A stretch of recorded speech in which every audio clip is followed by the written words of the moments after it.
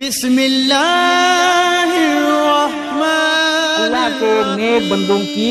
کرامت، جیسے نبی کے ہاتھ پر امر خارق للعادت یعنی خلاف عادت جو کام ظاہر ہو اس کو معجزہ کہا جاتا ہے، اور نیک مسلمان ولی اللہ کے ہاتھ پر جو خلاف عادت کام ظاہر ہو تو اسے کرامت کہا جاتا ہے۔ جیسے قرآن پاک میں حضرت عاصم برقیہ کے حوالے سے مذکور ہے کہ وہ آنکھ جھپکنے سے پہلے دور دراز کی مسافت سے ملکہ بلقیس کا تخت لے آئے تھے، اور اس حدیث کے اندر مذکور ہے کہ حضرت جریج رضی اللہ تعالی عنہ کی برات کے اظہار کے لیے چھوٹے سے ایک بچے نے گواہی دی، یہ آپ کی کرامت ہے۔ اور چوتھی بات یہ ہے کہ آدمی کا کوئی حاسد ہو، کوئی مخالف ہو، تو اس سے بچنے کا طریقہ کیا ہے؟ یہ جو عورت تھی جس نے آپ پر الزام لگایا تھا، تو اس نے آپ کو نقصان پہنچانے کی کوشش کی، اور بعض روایات میں ہے کہ حضرت جریج رضی اللہ تعالیٰ عنہ کی عبادت کا بڑا شہرت تھا، تو اس عورت نے بعض لوگوں کو کہا کہ میں ان کی شہرت کو خاک میں ملا دوں گی،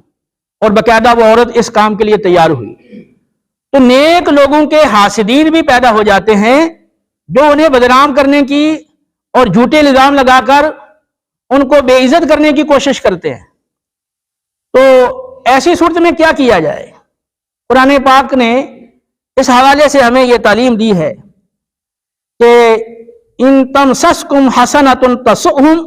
وان تصبکم سیئۃ یفرحوا بہا، کہ فرمایا اے مسلمانوں، منافقین کی تمہارے ساتھ دشمنی کا یہ عالم ہے کہ تمہیں جب کوئی بھلائی پہنچتی ہے، فتح یابی ملتی ہے، کوئی خیر ملتی ہے تو ان کو بہت برا لگتا ہے، اور اگر تمہیں کوئی تکلیف آ جائے اللہ کی تقدیر سے تو یہ بڑے خوش ہوتے ہیں۔ وَإِن تَصْبِرُوا وَتَتَّقُوا لَا يَضُرُّكُمْ كَيْدُهُمْ شَيْئًا، اور اگر تم صبر اور تقوی پر قائم رہو گے تو ان کا مکر و فریب اور سازش تمہیں کوئی نقصان نہیں پہنچا سکے گی۔ تو حضرت جریج رضی اللہ تعالیٰ عنہ تقوی پر، صبر پر، اللہ کی اطاعت پر قائم رہے، تو اس خاتون نے جو آپ کو بدنام کرنے کی کوشش کی تھی اس میں وہ ناکام ہوئی، اور لوگوں کے دلوں میں مزید ان کی محبت بڑھ گئی۔ اسی طرح قرآن پاک میں دیکھ لیں، یوسف علیہ السلام کو ان کے بھائیوں نے نقصان پہنچانے کی کوشش کی، اسی طرح زلیخا نے آپ کو الزام لگا کر بدنام کرنے کی کوشش کی، لیکن آپ صبر اور تقوی پر قائم رہے تو نتیجہ یہ نکلا کہ اللہ رب العالمین نے یوسف علیہ السلام کی شان کو بلند کر دیا، اور جنہوں نے ان کو نقصان پہنچانے یا بدنام کرنے کا عزم کر رکھا تھا، اللہ رب العالمین نے ان کے منصوبے کو خاک میں ملا دیا، انہیں بالآخر شرمندگی اٹھانا پڑی۔ اسی طرح عائشہ صدیقہ رضی اللہ تعالیٰ عنہ کا واقعہ سورہ نور کے اندر اور صحیح بخاری اور صحیح مسلم میں طویل حدیث کے اندر موجود ہے۔ تو آپ پر بھی منافقین نے تہمت لگائی، لیکن آپ صبر و تقوی پر قائم رہیں، اور نتیجہ یہ نکلا کہ تہمت لگانے والوں کو 80 کوڑے مارے گئے، اخروی سزا جو انہوں نے توبہ نہیں کی اور اسی حال میں مرے، اخروی سزا اور منافقین کے لیے الگ، اور آپ رضی اللہ تعالی عنہ کی طہارت میں اللہ رب العالمین نے آیات نازل فرما کر تا قیامت آپ کی شان و عظمت کو بلند کر دیا۔ تو اگر کوئی آپ کو نقصان پہنچانے کے درپے ہے تو آپ صبر اور تقوی پہ قائم رہیں، تو اللہ رب العالمین کا یہ آپ سے وعدہ ہے کہ اگر آپ ان حالات میں تقوی اور صبر پر قائم رہو گے تو اللہ رب العالمین آپ کے دشمنوں کے منصوبے خاک میں ملا دے گا اور آپ کی ان سے حفاظت فرمائے گا۔ اور پانچویں بات یہ پتہ چلی کہ اگر ہمارے پاس کوئی خبر آئے تو فوراً خبر سن کر کوئی ایکشن نہ لیں، کوئی رد عمل کا اظہار نہ کریں۔ یا ایھا الذین آمنوا ان جاءکم فاسق بنبأ فتبینوا ان تصیبوا قوما بجہالۃ فتصبحوا علی ما فعلتم نادمین۔ سورۃ الحجرات میں ارشاد فرمایا، اے اہل ایمان، اگر تمہارے پاس کوئی فاسق خبر لے کر آئے تو خوب تحقیق کر لیا کرو، کہیں ایسا نہ ہو کہ تم اس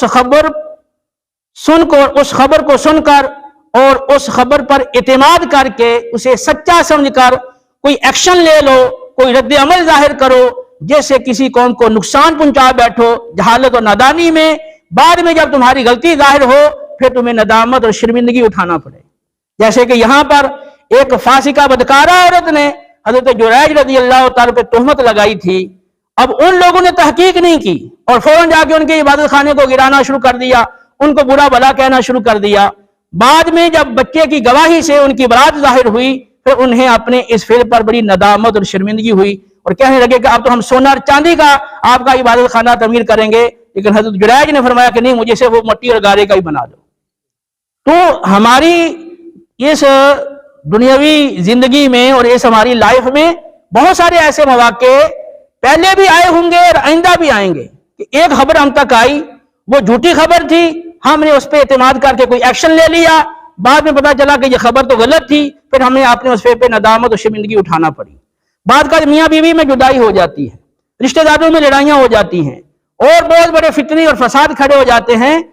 سنی سنائی خبر پر اعتماد کرنے کی وجہ سے۔ لہذا یہ ہمیں سبق ملا